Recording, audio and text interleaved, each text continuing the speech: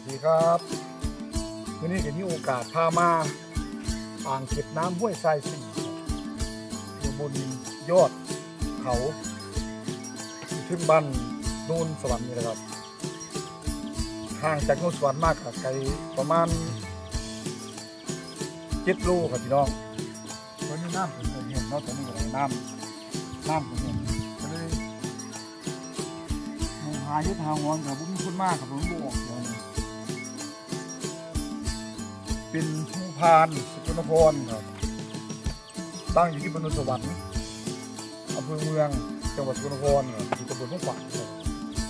อ่างเก็บน้ำห้วยทราย4ครับของในหลวงเฮาครับเพิ่นมาสร้างไว้เป็นที่โครงการของเพิ่นเป็นอ่างกักเก็บน้ำขนาดเล็กครับเป็นขนาดใหญ่ครับพาไปดูมีเสียงธรรมชาติพร้อมเสียงนกเสียงหมู